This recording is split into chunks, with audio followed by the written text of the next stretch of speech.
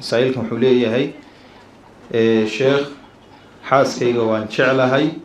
waxaan baray sida gaariyaasha loo wado waxaana rabaa in aan u gado gaari u gaar ah ayna wadato ayada laftarkeedu taasi ma bannaan tahay diinta islaamka bismillaahir rahmaanir rahiim marka koowaad horta jacaylkiina Allah idin siyaadiyo marka labaad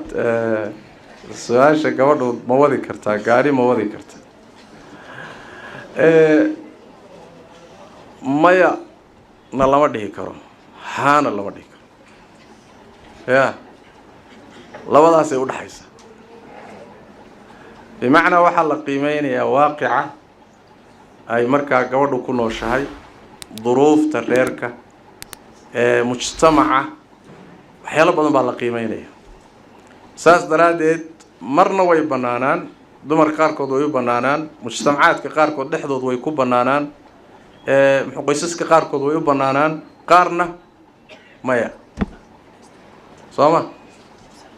oo maxaa keenaya waxaa keenaya mas'aladani sideedaba haweentu inay gaadiid wado asal ahaan way iska banaan tahay laakiin waxaa la fiirinayaa maxaa mafaasid oo ka dhalan kara maxaa dhib oo ka imaan kara haddii ay badan tahay dhibaatada ka imaan karta dumarku inay baabuur ka wadaan markaa waa la mancinayaa waa la diidayaa maxaa yeelay mafaasidda iyo dhib ka dhalanayaa ka badan haddii ayna wax dhibaato ah ku jirin asturan yihiin xijaaban yihiin u baahan yihiin badiil kale aan la haynin markaasi wax weeyaan way wadi karaan wayna ku danaysan karaan haddii maalan reerku odaygii waa ka mashquulsan yahay waa ka mashquulsan yahay dana kale iyo waxyaalo kale ku mashquulsan yahay reerkiina waxay u baahan inay adeegtaan laba mid baa isu qabanaysa inay gaadiidka caamka raacaan iyo inay baabuur nin kaloo ajnabiya wado inay raacaan iyo inay baabuurkeeda iyada wadato saddexdaa kee shar yar marka inta hadday isqabsadaan inay keeda wadataa dhaanta marka sooma laanna waxa weeye baabuur yani gaadiidka publica ana deegaankan hadda ka hadla joognaan ka hadlayaa wax sahlan ma oo islaantaad baabuurka keligeed u diidanayd nin bayba sinta saari doontaa sooma bal laba nin baa walaga matatuuga intay dhex galaan inuu midna xagga kaga keeno midna xagga kaga keeno labadooda dhex gasho imtixaan ka dhasho marka gaadiidkii publica ma roona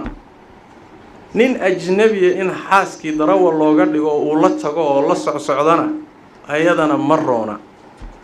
intaasay hadday isqabato lagana maarmi waayo markaa waxaa roon inay iyadu baabuurkeeda wadato haddiise ay ka kaaftoomi karto ninkeedii uu diyaaru yahay danihii reerka isagu u taagan yahay baabuurkii wadayo ilmihii isbitaal ku geynayo xaaskii iyo wixii bannaanka looga baahdo soo qabanayo hadda gabadhu inay isaga xamaasooto uun gabdhaha baabuur wadee anigana waa wadahaya kadaa markaas kadaa gabadh baabuur waday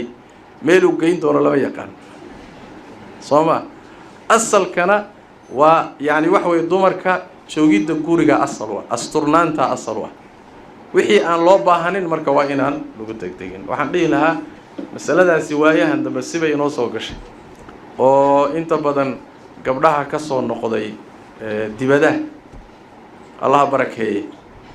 gabdhahaasaa la yimid wax la yidhaahdo naa haddaadan baabuur wadinba wax jira matid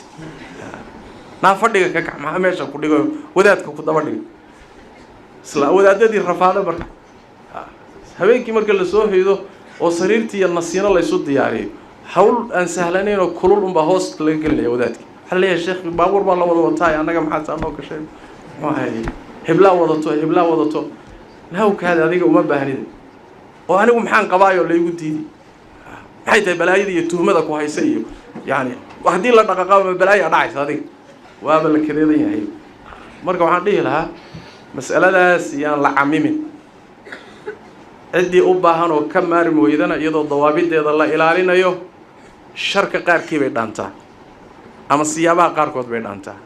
qoysaskii ka kaaftoomi karana in laga kaaftoomo waayo wallahu aclam